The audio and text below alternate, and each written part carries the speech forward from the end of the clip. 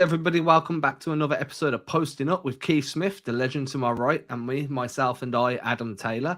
We didn't hit you with an episode last week. I had some serious internet issues which have been resolved, but you know, these things are sent to test us. Unfortunately, they won. How you doing today, Keith? I'm good, man. I know the internet's new in remote England where you are. It's a newfangled edition there, so it's. I'm sure you guys will get caught up soon. Eventually, right? I mean, I'm still on the dial-up. I'm joking. I'm joking. It's sometimes it just comes in like whoops you. Like I've really been looking at Starlink actually because that's meant to be some good stuff. But I digress. I was gonna say, yeah, this is not Adam and Keith talk tech, because I'm about out of ability to do that. So let's talk basketball. I mean, basketball is technically technology. Sure. We watch it via a TV. So I want to go back about a week. Maybe it's just under, just over.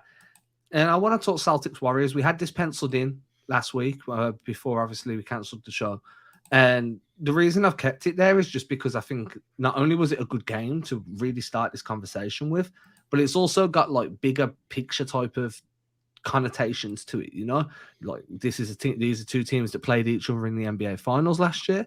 This is potentially another Finals matchup because whatever the Warriors do during the regular season means nothing. They just have a way of flipping this switch, shortening their rotation, and they know what it takes to win, right? So I just want to first of all kind of get your feel on what you if you remember the game vividly or somewhat like how you felt coming away from that game, how you felt for the Celtics, how you felt for the Warriors, and then we'll look at the larger picture of whether it's a finals preview or not. Yeah, I think looking at that one game, it was good to see the Celtics just that they can beat the Warriors, right? Like there'd been that question that had creeped in is like, does Golden State have Boston's number? And will the Celtics be able to figure this out? And after the poor showing out in the Bay Area, they really played pretty well in this one. And I thought what was very interesting, and I know some people may look at me like it was 121 to 118, but that was in overtime. And not only that, it was a fairly high scoring overtime, 15 to 12.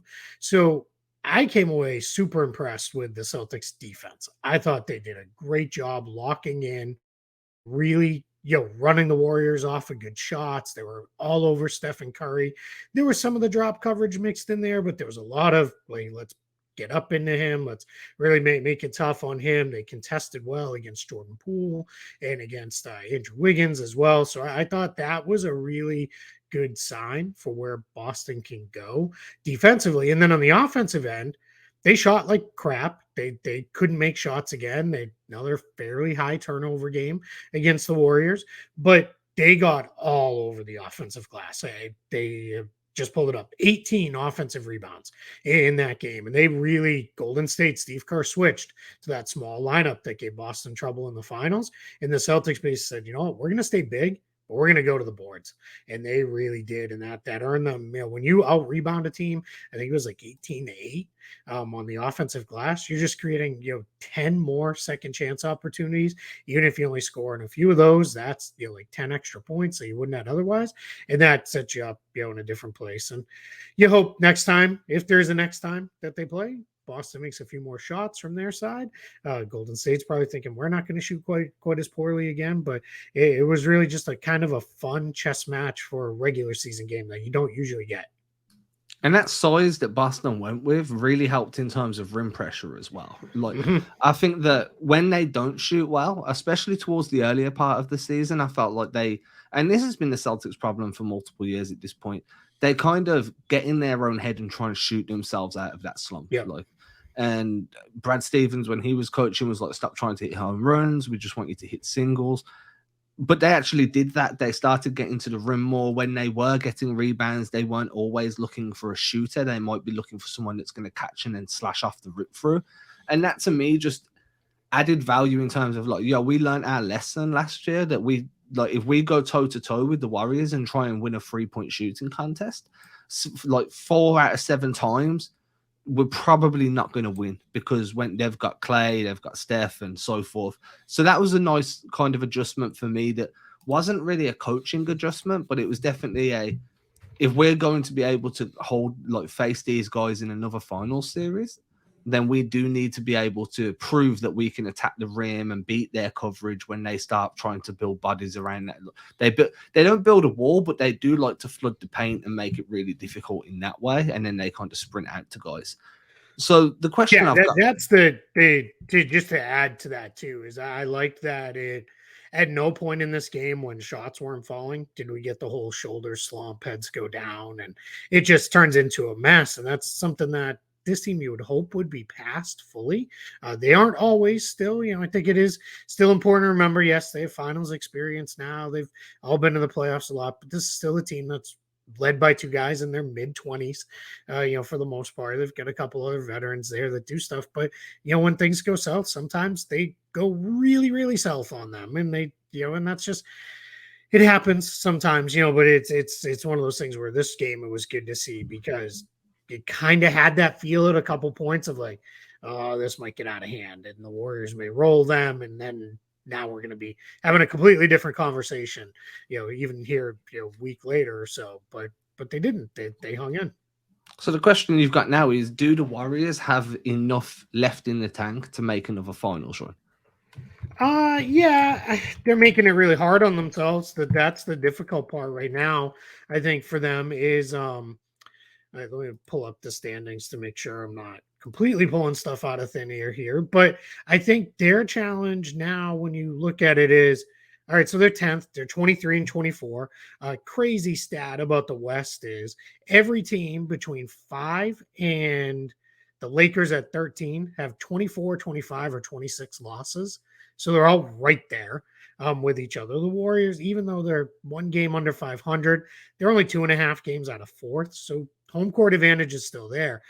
I think, I know they've said we don't really care about home court advantage and all that, and that's fair. They probably shouldn't, right? They can win anywhere, but you don't want to be in the play-in tournament because not only are you, one, you're exposing yourself to the risk of a bad shooting night or two and you're out. It's over. That's the closest thing we have in the NBA to NCAA tournament basketball in the one and done nature. But also, you don't want to be coming in as the 7th or 8th seed and having to play 3 tough series on the road just to get to the finals. Like, that's going to be draining. So let's see if they can get up into that 4 or 5 range, or at least, at the very least, into the top 6 in the final assured playoff spot. Then I'm going to feel a heck of a lot better about where this team could go. But I'm not out on them by any means. And now I'll put you on the spot before we move on, and I'll really test that Celtics kind of loyalty for you. And I know from very first hand that you're not one to give a homer take, so I like being able to do this with you. If it did come down to a Celtics Warriors finals, which side of the fence would you like to sit on for that? They get to feel a little bit better about Boston this time around because I'm fairly certain, barring major runs either way or collapses for the Celtics, that they'd have home court advantage this time around. And I think that would be huge for them. I think had they had home court advantage, we might have gotten a 7-game series last year out of that. So I feel a little bit better too. I think also having Malcolm Brogdon just makes such a big difference for the Celtics. As we record this on Wednesday morning, you saw what not having him the last couple games against the Magic and the Heat have done, where just when things kind of get a little sideways, Brogdon tends to be the stabilizer and the guy who comes in and just kind of gets people set up. So that's where I really feel like, having him would be absolutely huge, especially against a team like Golden State, because you just can't have those offensive lulls, because they may go through a period where they rip off, a 15-0 run, already up 10, and now all of a sudden the game's completely over. So you can't go through those big lulls. And that's what Brogdon gives Boston that they didn't have last time around. I'm going to take Boston too. I'm not going to sugarcoat the fact that I'm just being a bit of a homer.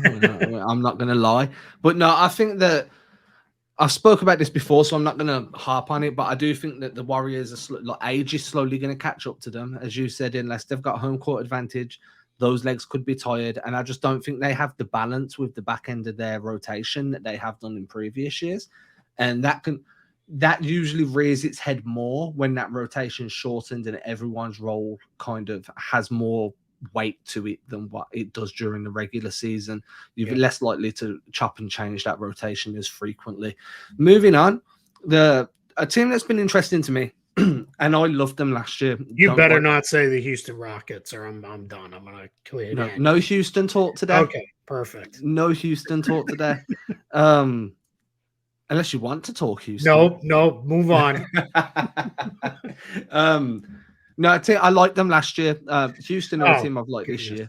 year. Um, is Charlotte the Charlotte Hornets? So I was a big fan of Charlotte underneath Borrego, just for their offensive kind of intuitiveness or ingenuity. Like they were just very fun to watch. Right, this year they're still all right, but it's not the same, and it just feels like they need to kind of tear things down around LaMelo and rebuild back up. The fit just doesn't make sense now. Hayward isn't what they hoped he would be. We could have told them that before they inked into the deal. Terry Rozier is definitely ready to go and be on a more primary ball handler on a bigger team, maybe, or just on a team with more depth that can kind of mask his deficiencies and allow him to thrive offensively. And they don't have any bigs, and they've got decisions to make over Washington. And I just want to get your takes on, first of all, like, is there a way they can fix it without having to tear down? I don't think so. It's too much. You get too much in contracts to work around to try to fix it without tearing it down. Gordon Hayward, obviously, his deal just being so big at what is it? It's 30 million this year, 31.5 next year. You've got Rozier locked in essentially after this season. He's got the stupidest non-guarantee in the league. It's only like 1 million not guaranteed in his final year. Which is absolutely pointless, but he's got 75 million locked in after this year. That's just tough. And then LaMelo's extension eligible this summer, and of course you're going to do everything you can to keep him. PJ Washington's due a new contract. They've got the Miles Bridges situation still kind of looming over them. It's just a mess, and it's not. This is what's hard is obviously they did not go into day one of free agency last year thinking Miles Bridges was basically going to be off the table completely as a re-sign possibility. They thought they'd have a lineup of, a big, probably Mason Plumlee, Bridges, Hayward, Rozier, Ball. That's our starting group. PJ Washington will play a lot off the bench. On the nights when Hayward is out, we'll slide Bridges down one, play Washington, and those kind of things. And Hayward's been out plenty. Rozier's missed time. Ball's missed a lot of time. It's just a mess. I think in a lot of ways, though, if they come away with Victor Wembanyama, who cares, right? You fell apart in the perfect right time. Like this was great. Now you've got him and LaMelo. Those are your building blocks moving forward, and this is perfect. But as it stands, it's just, it's LaMelo Ball, and I like Mark Williams a lot. He's probably the player I like second most, like compared to overall expectations on that team. Maybe Jalen McDaniels, but that's not great. It shouldn't like a backup rookie big man second most of all the guys on your roster. That's probably a problem. It's interesting, right? Because when you watch them, I think they run some good offensive actions. Like it's very common actions. They don't seem to do as much as what they did last year. So you Yeah, come there's not a into lot of creativity. You're not going to get that with a Steve Clifford team. He doesn't want you to do 10 million different things. It's like, let's do 10 things, but let's do them well and really execute well. them at a high level. Yeah, they're running ram actions, some zoom actions, just very common things from around the league. But Mm-hmm. you feel good about it when you're watching it. You're like, hey, there's some form of structure to what they're doing. But then you go and check the statistics, and it's like they're dead last in offensive rating. They're Yeah. just there's too many stretches where the ball's not falling. No pun intended, obviously, with LaMelo being on the team.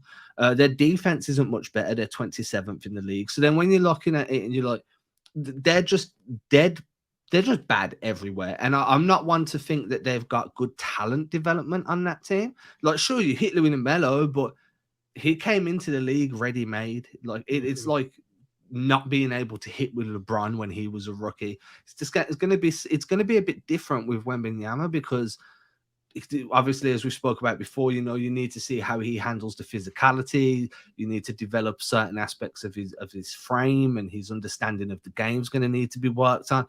And I'm not sure that Charlotte's the right place for a guy like that to land, just because, hey, you look at James Bouknight's numbers. Now, I'm not saying Bouknight's a great talent, but he was a lottery pick. He played well for UConn. They're not doing a lot to kind of feature him to play through mistakes. And when you're a bad team, you really want to feature these lottery picks. And allow them to just kind of figure stuff out, right? So I get what you're saying. Like, hey, we're bad, and then we get Wembanyama. Then we were bad for a reason, and we can kind of play it off. But I'm just not sure that under their coaching system right now, if Wembanyama actually changes much for them. Yeah, it's obviously you take him, right? Because it's him, and you hope him and LaMelo and talent wins out in the end, and that'll push you forward. I think the challenge is so if we go to last season, they were trying to win games, and Book Knight and Kai Jones, they're two kind of young guys that they got. They weren't going to play a lot because they had a stuffed guard rotation and they had a stuffed forward rotation. And the idea was, hey, we're going to draft these two guys, late lottery guys, mid first round guys, and let them develop behind some other guys. And then if we lose PJ Washington, this was assuming obviously Miles Bridges would be a part of things long term a year ago.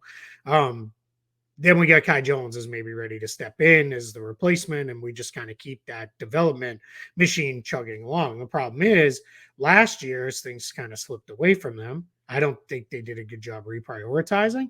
And I think this year, they've really done a poor job. Book Knight and Jones still don't play, and this team stinks. So the problem is, I don't know how many more games you can continue to roll out. What are you getting out of playing Ball, Rozier, Hayward, Washington, Plumlee lineups? Losses, sure, but you're going to lose anyway if you play the kids.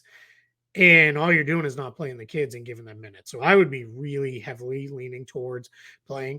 I'll say a couple of things too on their profile. They run a lot of really good stuff, as you said, which ends up in a missed jump shot. They can't shoot anymore. I don't know what's happened. And the weird thing is, LaMelo is actually shooting okay. He's at 37%, which was like the big question is he going to shoot well enough in the NBA? He's at 37% from three. Gordon Hayward, under 30%. And now he's starting to become a non-shooter, which that's really weird and worrisome for where he's at. So that becomes you're starting to be your challenge points with this group is, all right, if you can't make shots, it's going to become really, really hard. All that said, let's see what the trade deadline brings in a couple weeks. We're about 2 weeks from the trade deadline. Try to move some of these veterans if you can. And if not, you got to start sitting these guys, play the kids, because it doesn't matter anyway. But find out what you got. Can Book Knight give you 2 good months to close the season? What do you got in Kai Jones?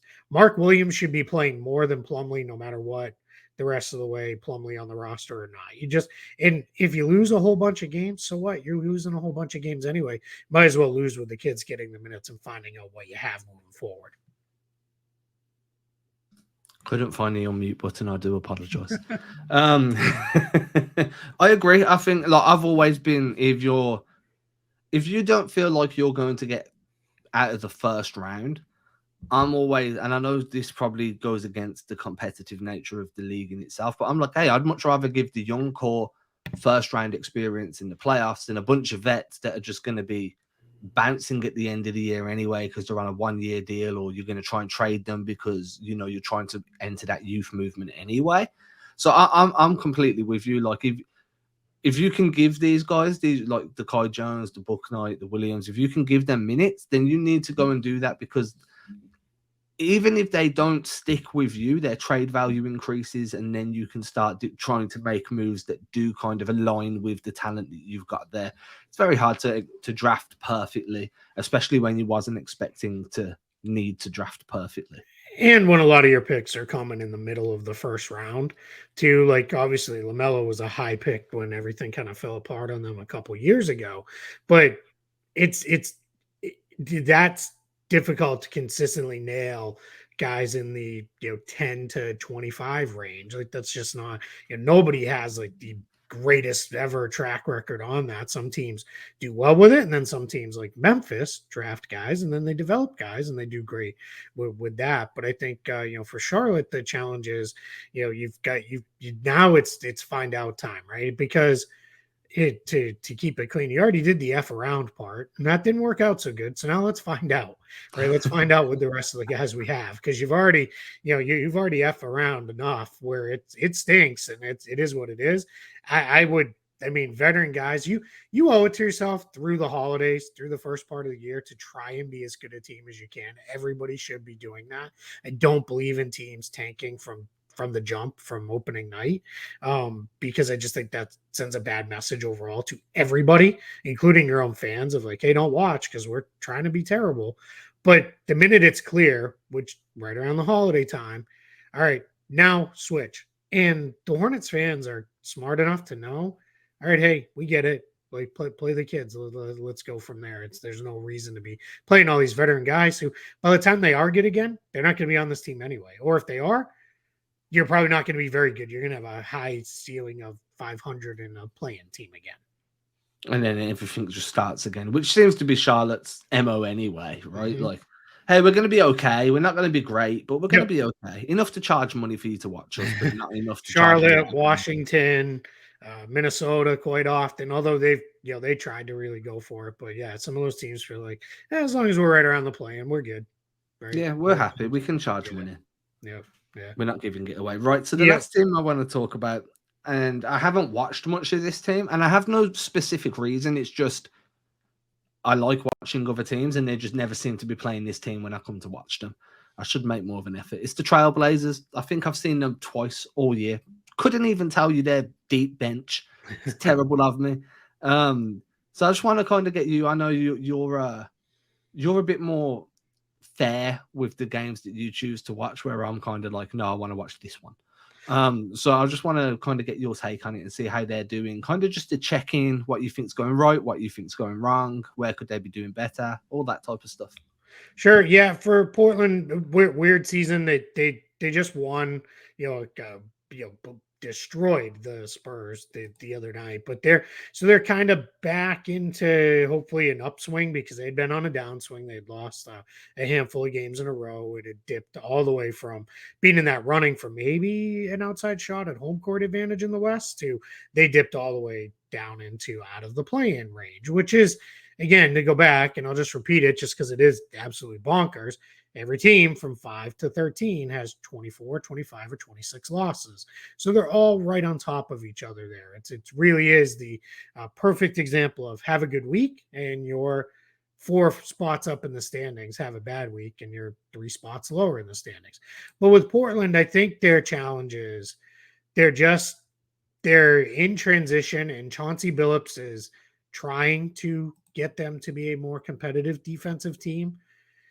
And sometimes I think that's come at the expense of being an elite offensive team. I think they have all the pieces to be a very good offense. They're good offense. They're 7th, I believe, in the league in offensive rating right now, per Basketball Reference. But they're down in like the mid 20s in defense. And I would rather at some point be what you are. Like, I think I'm going to use the Knicks as an example of this, but going the other way a couple years back when they were an elite defensive team, but then they were kind of not so good 20th in offense. And then they tried to become a good offensive team. And that changed what was really good about them defensively. You played too many non-defenders when they first added Kemba Walker and Evan Fournier, and it slipped. And now what made you special wasn't special anymore. I think that's a little bit where Portland is. I think they're good offensive, but they're not special. And that's where I feel like that balance that they're trying to achieve, which is right, that is your ideal. That's where you ideally want to be, is pretty good in both. It's, the very best teams are top 10 in both. They're just not going to get there defensively. And I think, that emphasis has hurt them as far as the way they go on the offensive side of the floor. And then everything else, when you look at it, it's all just kind of average. Like, nothing jumps out at you as great. I mean, Damian Lillard's awesome. I love Anthony Simons. I call Portland Toronto West because I like all of their guys, and then I watch them and I'm kind of I like them all. I just don't necessarily like them all together. I feel something always feels kind of off.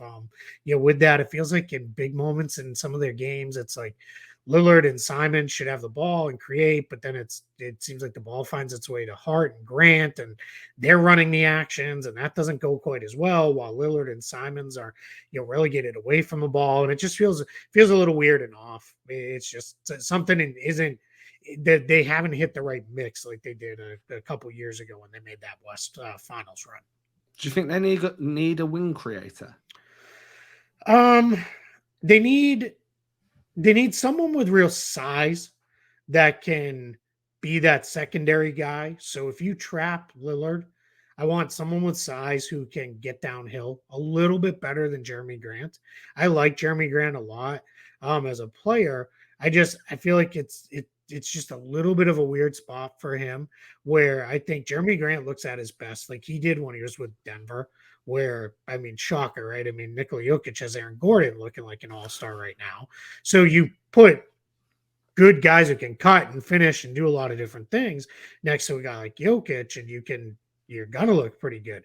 I think too they've gone away from, I think because they have Grant, they want to make sure he's getting touches to create. They've gone away from some of the stuff they ran with Nurkic, where Nurkic is pretty good in the handoff game. He's pretty good at the high-low passing to cutters, and sometimes even to if they had a second big-ish guy out there. But yeah, it's hard because I think I like Josh Hart quite a bit too, right? You're getting the sense, I think, of like, boy, I really like all these guys, but it just they don't mesh. Yeah, it just doesn't. Something just feels off, and I'm not entirely sure, what it is, because some nights you catch them and it's like, all right, I get it, like this all works, but all too often it just feels a little bit messy. Do you feel like Nurkic has lost a step or two? Yeah, I think so, and it's tough. This is where there's this misconception in my mind in the NBA of, well, big guy like him has serious injuries. It's not a big deal because he's not relying on athleticism. That's how the story goes, right? But the reality is, if you're a average to below average athlete and you have injuries that take you down to below average or down to a way below average, it becomes really hard to stay on the floor. As opposed to if you're an elite athlete and you dip just a little bit, as long as you can do other stuff that doesn't involve running and jumping, as long as you can shoot a little, you can handle a little, you can do other things, you're going to be perfectly fine. It's when you dip. We see this more often in it's the polar opposites, right? It's either the small guards, because all of a sudden, if that explosion is gone, like unfortunately one of my favorites, Isaiah Thomas, with that explosion is gone, then it becomes really hard for them to stay on the floor on offense. With bigs, it's almost like if you can't move the way you used to, it becomes really hard to stay on the floor in defense, because offenses are so good at finding, whether for so long it was, let's go into a straight, we'll go into a straight 1 through 3, 5 pick and roll, and we'll attack the big in an isolation. Now what it becomes is, we need to find a little bit of a different way, but we're going to find him anyway. It might be he's not involved in the primary action, but as all the rotations go, our goal is to attack him off the bounce and get him moving in his feet. And I think that's where Nurkic has struggled a little bit. That said, go back to the way he played under Terry Stotts a lot more. Go back to a lot more of that drop coverage. That was fine. It works. It works in the regular season. Go back into using him more in offense. Where he's kind of playing arc to arc kind of stuff, where it's he's not asked to do a ton up at the level of the ball on defense, but offensively, yeah, let him facilitate. Let him run some of the stuff. Run some of your offense through him. So he's definitely lost a step, but there's still a useful player in there.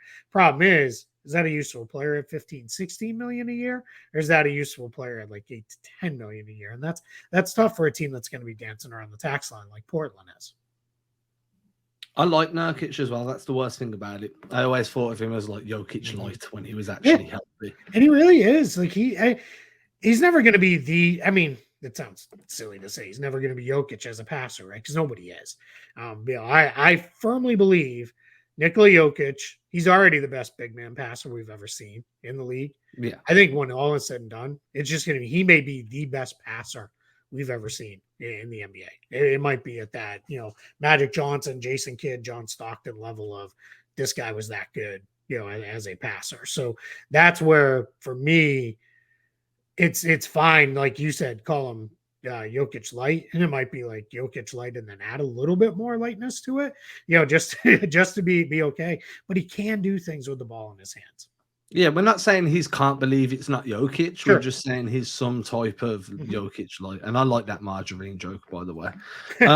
We're gonna move on. Can't believe he's not Jokic. If we don't title the episode that, there's something wrong. Okay, so we're going on to our real or not real. It's one of my favorite segments because I kind of just get to pick your brain for 5 minutes. I want to go and look at the Knicks. You mentioned them a moment ago. Now, I've seen the fan base is really split, right? I was speaking to a buddy of mine that covers the Knicks yesterday, actually, and he seems to be quite content with Tibbs and the way he's trying to develop the team. And, they've built this resilient personality throughout the year. They lose a couple, then they rip off like an 8 or 9 win stretch. And we're seeing developments from the players that Tibbs wants to see developments from, apart from RJ Barrett, that just decided that defense doesn't exist. But then there's a whole other side of the Knicks fan base that feel Tibbs lacks creativity offensively. Like, it's a very rudimentary, fundamental based style of play. He hasn't found the best way to get any form of production out of Hartenstein. So I just want to see, like, real or not, just quick question. Are the Knicks a legit playoff team this season? Yeah, they're going to be a playoff team. I feel pretty confident in that. I think they're one and done, though, as far as they'll get in. And I think they're running the risk of, if they're down in the play-in tournament, which is where they are right now, they could fall in the play-in tournament, because if their shots aren't falling, it's really hard for them to win. They don't get enough consistently going to the basket.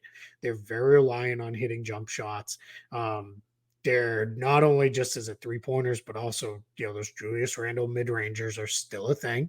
And I say this knowing the other night, I think he hit 5 threes in the first quarter and was just kind of playing out of his mind. But it's weird. They have really transitioned to, and it's been as this year has gone along, they started out lights out as a defensive team. Then the offense started getting better. And then at some point, those two passed each other.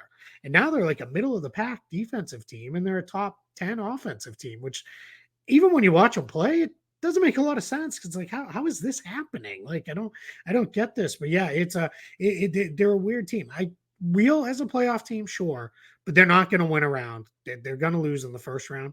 And I would be doing everything I can to get out of that, 7 to 10 range and out of the play-in if I was them, because can you imagine them and the Hawks in a playing game, do or die, and like Trae Young rolls in the Madison Square. Now I'm talking myself into, I want it to happen, right? Like, I want that. Trae Young's like New York's biggest villain, like, right? Yeah. So I want that to happen, but I mean, that would if I was a Knicks fan, I would be going into that not feeling very good. If that was I like watching the Knicks. I do think that I don't think Tibbs is a bad coach. I just think he needs an offensively minded assistant.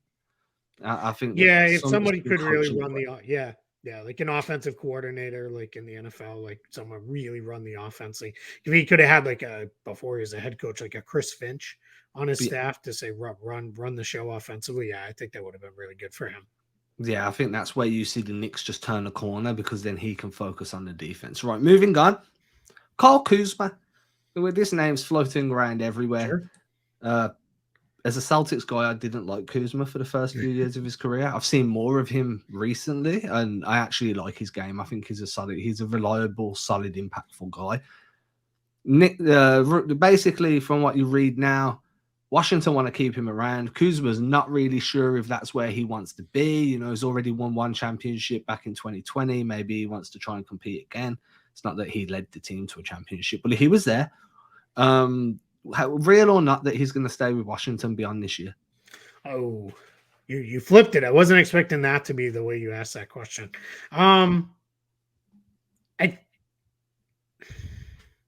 This is great radio, me pausing and thinking. That means I did a good job.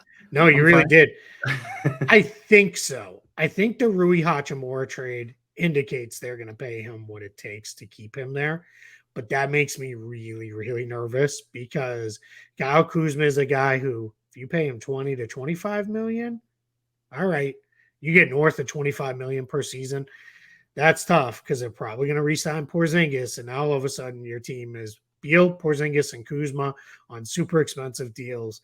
And what are you filling in around those guys with? And that's not a group I feel very good about saying, yeah, that's my core. That's not nobody really does the 3-man teams anymore, but that's not a group where you're like, yep, that's it. There it is. There's my 3-man core. That's not what the Nets hoped KD, Kyrie, and Harden were going to be for them, right? Like, it's nice, it's good, but like, what, 45 wins good? Like, is that where you're really going? And maybe that is where Washington's going. Maybe they want to be in, like, hey, just get us into the 6 range and we're pretty good. We feel happy with that. But Kuzma's a good player. He's a good scorer. I'd like to see him take a couple less threes a game, get back into getting downhill a little bit more. He's starting to become a little too reliant on off the dribble 3-pointers that I don't think are necessarily great shots for him. Some of that has been Beal's been out of the lineup and he's been kind of the go-to guy to create. But I like him. I like that he's become a much more willing passer over his 2 years in Washington. He's doing a lot with the ball in his hands. But yeah, stays there? I think so. But I'm nervous that Washington's going to overpay him too much to keep him around. Was you a fan of the pink sweatshirt, the one that ended up on a bobblehead? The giant one or the one he wore like last night? Did you like the super long one? Oh, yeah. So that one was, I don't even really understand what that was. And obviously look at how impeccably dressed I am. I'm Mr. Fashion over here. But it is, I think last night he wore this. It looked like, when you're a kid, like you'll pull your front of your shirt like up over your head, like almost makes almost like a mask, but you keep like the sleeves on your shirt, like the sleeves stay on your arms. That's what his sweater looked like last year. So he walked in like completely bare chest and torso, like rolled in to the arena, but with long sleeve sweater with it pulled over his head, but obviously designed that way. It was like a mask with like eye cutouts and stuff. It was weird. I don't know. Fashion, I guess it's obviously. I don't think it's fashion. I think that certain NBA, when you're in the NBA, you transcend what normal people are expected to behave like. Without a doubt. And then you just buy things because you pennies to you, Sure. and then you just live with the consequences. Moving on. True. The Suns aren't the team that they were last year. I like to think that Jay Crowder not being in that rotation has actually had more of a negative impact on Phoenix than what people probably would like to believe. I just think he was a great connector for them. They're struggling right now. Do you think that's real, or do you expect them to come good? I'm going to believe in the veterans on that team. I'm going to believe when they get their guys back and they're healthy that they'll be a pretty good team. They're starting to do it now. It's taken a long time, and they went through a really bad stretch over the last month or so with a lot of injuries. And the one thing I know for certain about the NBA, it's a really, really hard league to win if you have no healthy guards. And their guard rotation was a mess. And that's, good on guys like Dwayne Washington and Saban Lee for stepping forward and giving them minutes. But those are G League level guys, right? That's a 10-day guy and a guy on a 2-way. You're only going to go so far with that. And not only that, they're not replacing 2 other guys who are just sort of okay. You're replacing Chris Paul and Devin Booker. That's, impossible. So I think in this situation, if you're Phoenix, is get healthy, really just, let's get somewhere in the 20-ish game range with Paul, Booker, Ayton, Bridges, Cam Johnson all together. Get a Crowder trade done in the next couple of weeks. You got to do something. You got to turn that into somebody who can play for you. And then let's see where this team goes forward. One thing with Phoenix that I think a lot of people don't know with the Suns, and this is just this is the nerd in me. They're the only team in the NBA. So you can have 7 years worth of draft picks is what's eligible to be traded. You can only go 7 years out. So only through 2029. They're the only team in the NBA that owns all of their own first rounders, all of their own second rounders, and no extra picks. So nobody else in the league. So everybody else either has extra picks coming in or they owe some picks out. They're the only team that is clean on both sides of that balance sheet of it's all their own stuff. So they've got the ability to do some stuff if they want. Let's see where this goes. If you could do Crowder and Sarge, 19 million now with the new owner coming in, they say maybe we could take on a little money, and you add a pick or 2 in there, you might be able to get a really good player if somebody pops free on the market. It's just, I love John Collins. I'm a huge John Collins guy. If I could turn Crowder and Sarge and a pick into John Collins, I have to really consider doing that if I'm Phoenix, because I think now we're good. Now we've got a top 5 that's as good as anybody's in the league. So first of all, there's a lot to unpack here. First of all, if you're a 2K player, Keith has basically just gave you the keys to a championship on my GM. let's be honest. I don't know how you don't sit there playing my GM Keith. You'd be perfect for it. Hate it, man. I can't. So I'll play it, and I'll play it on. I really only play it on the simulation mode because I stink at playing those games. I can't get the shot timing down, and then I'm like back in the day, I'd be like, why is Ray Allen like 2 of 20 every game from 3? Because I suck. Like, put some balancer in there for the guy who can't press the buttons at the right time. But what kills me is like you play it on simulation mode, and then it's like, the Nets have traded Kevin Durant to the Orlando Magic for Jonathan Isaac and Gary Harris. And it's like, that would never happen. Like, why? Like, what is this game logic that this happens? Like, so, but yeah, that I'll leave that rant. And there's stuff that's broken in there. Like, can't trade injured players. It's not a thing in the NBA. That's not a thing. You can trade injured players. It happens all the time. But I'll do 2K rants some other time. We'll get someone on from the 2K dev team so we can fix this stuff. Our producer, Darrow, in the background, that's your job for the next week, buddy. Try and get us a 2K producer. Okay, last one. Real or not real. The Clippers, very quick one. No Hartenstein. They don't have a backup big. Like, how real is their need for a backup big? How much impact is this having on their ability to be like consistently successful right now? Yeah, you got to get somebody in there that can give you minutes. My guess is it's just going to be Moses Brown, and he's been okay. It's funny. I think because of the way that Al Horford, Kemba Walker trade went down, and anybody associated with the Celtics, we all got a little irrationally excited about Moses Brown. I wrote 3,000 words on Moses Brown. And the 3 weeks he spent with the team. Literally 2 days after the game, I spent. I think I stayed up all night watching every clip of his professional career.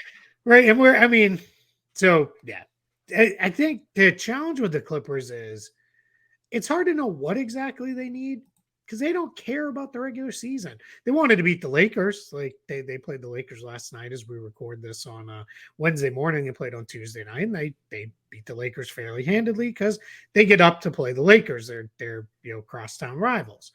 But against just about everybody else, it's like they're just kind of going through the motions and don't really care if we win or lose. We're good. We'll hit the playoffs, whatever we hit.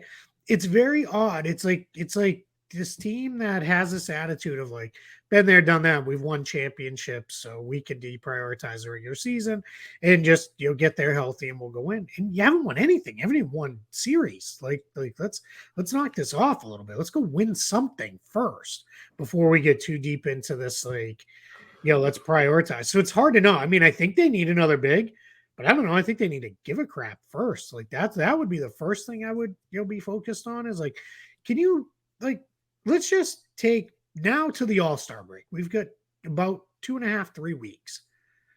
Play it all the way through really hard. Go win 6, 7, 8 out of 10, something like that, in that range. And then if you want to take some time off in March, fine. But just show me you can do it for a couple week period, because right now I'm like, and full disclosure, this was my NBA Finals pick. I picked them to make the NBA Finals this year, and I certainly don't feel very good about that. I don't know how to take all this because I'm it was the bit where you were like, they haven't even won a series. It just cracked me up. No, I mean, you can't act like you're a championship team when you don't win in the playoffs. Like, I get it. Like, I don't know. It aggravates me. You got me on a good morning, man. I'm a little fiery this morning. I like it when you're like this. This is the Keith that I'm all on board with. I'm going to keep it moving because these are meant to be quick fire. So we're moving on to Eyecatchers. There's only 2 this week. One has been catching my eye for probably about 3 weeks at this point, and that's Yuta Watanabe. Really like the way he plays. High energy, can score in a multitude of ways. Kind of came to I feel like Jack Vaughn's kind of put him in a position to thrive a little bit. Just want to get your thoughts on Yuta Watanabe. Yeah, he's a lot of fun. He plays super duper hard all the time. Whenever he's on the floor, this dude is everywhere. And Raptors fans loved him. I think they were legit crushed when they lost him to this offseason. And then when he landed with the Nets, of all teams, a team that's in the division, and you knew you were going to see him, it was just tough. He a little bit limited offensively at times, but he's a guy where you could tell Jacques Vaughn, who, by the way, heck of a job he's doing coaching the Nets. And what he's got a really good read on is they need someone to go out there and mix things up.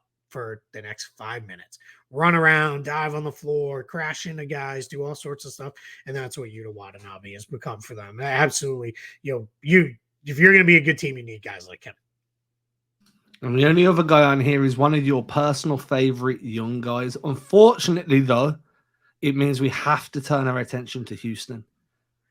I'm sorry, Keith. That's okay. Who is Sengun? it? Yeah, Alperen Sengun, man. Love him. He's so fun. Did you see the Anthony Edwards thing? No, I haven't. I've been unplugged for like 48 hours. So they played the other day, and Edwards said he told KJ Martin, he goes, he's too far down on the floor. That's why I dunked on him so hard in the first half. And he told KJ Martin, he goes, he does that. I might get him again in the second half. And he did. And then Anthony Edwards turns and goes, but shout out to 28. I don't know how to say his name, but that guy can play, man. He's pretty good. So, I love Anthony Edwards. He's the best. Yeah, he's one of my favorite. Yeah, he's so fun. But Sengun can play. He is really good. I think what's going to happen in Houston to really maximize that entire thing, I think he'll be a lot better when you get other good defenders around him. I think that's going to be kind of a key thing for them is you got to figure out how are you going to craft together a good defense. Jabari Smith can defend. He's getting a little lost in a goofy team, but unless their guards and the other wings start caring a little bit more on that end of the floor, it's going to be hard for them to craft a pretty good defense. But Alperen Sengun's tough, man. We talked about Nurkic being Jokic light. Sengun does some Jokic stuff. He'll try some passes that it's like, all right, I'm with it. Like, you threw it before your guy was looking and hit him in the side of the head and bounced in the seats, but you made the right thing. Yeah. He just wasn't ready. Like, yeah, he's fun, man. He's a lot of fun. I was talking to my friend about Sengun yesterday, and one of the first things I asked him was, who would you put next to him to hide his defensive deficiencies, right? Obviously, that's what they thought they were doing with Garube. I think the mentality they had was, as these two guys play together and develop together, Garube will be able to kind of mask a little bit for Sengun and kind of help out there. But I think he needs somebody a little bit more experienced playing alongside him that can kind of do what the Robert Williams role does and just mop up any issues. I don't know who that would be, though. Yeah, it's really hard because those guys are so few and far between. Yeah. And it's when you get one, you tend to keep them, right? It's not somebody that gets moved. Like, it's very easy to say Jaren Jackson Jr., like a guy like that. Well, there's like 5 guys like that in the entire league. So it's very hard to find those kind of guys. I think that's one way to do it. But I think even if you went with, hey, let's just get some really good perimeter defenders that can keep him protected from not having to be attacked repeatedly by guys like Anthony Edwards off the dribble who are going to dunk on him, that starts to look a lot better too. Because then you can do some different stuff to keep him out of certain coverages, do your switchbacks, do your, backside switching, those kind of things. You can almost, it's not mask because it's still there, but you're just working around those deficiencies. But yeah, he's good, man. He's tough too. He plays really, really hard. Like, doesn't take any crap out there. I'm a big fan of his. And I just want to touch on this because you said perimeter defenders. So I just want to shout out Davion Mitchell, one of the best perimeter defenders in the West, on the best offensive team in the league. I just wanted to point that out.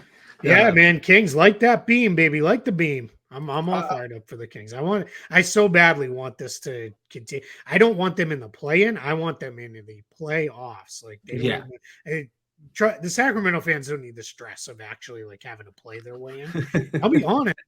I don't think they're going to have to.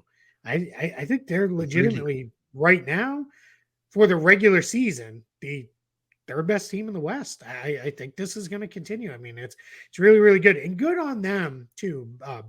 Monty McNair and Wes Wilcox getting extensions in Sacramento and going to stick around there. Good for them for they made that big trade and they got destroyed for trading Halliburton. But it was a rebalance of the roster. And I said it at the time. I'll say it again here.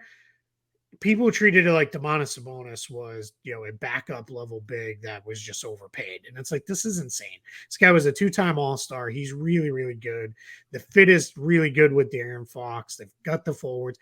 I'll throw this out there as an eye catcher. Keegan Murray is starting to really figure stuff out now.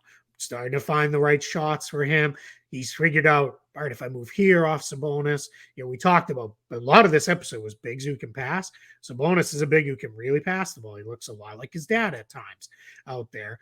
It is Murray's finding those spaces where, all right, I got to be here and I got to make this cut at this time. And all right, Barnes is spaced out to the corner, so it's on me to make the weak side crash. All that sort of stuff, and that's really, really cool because I think the game was just moving so fast for him early in the year, and that happens a lot, and for a rookie guy. But now, man, that dude's starting to figure it out, and boy, that team is fun.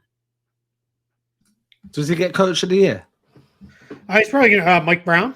Yeah, Mike Brown. He's going to be way up there, I think. I've got him and Missoula kind of neck and neck at the moment. I think they're probably two near the top of the list. I think Mark Daigneault in Oklahoma City, especially if that team they're playing well, they make the play-in tournament even, or they're around 500. Like that's wildly ahead of expectations for the Thunder. And this is without Chet Holmgren as well. Like they're going to get better without even needing to do anything.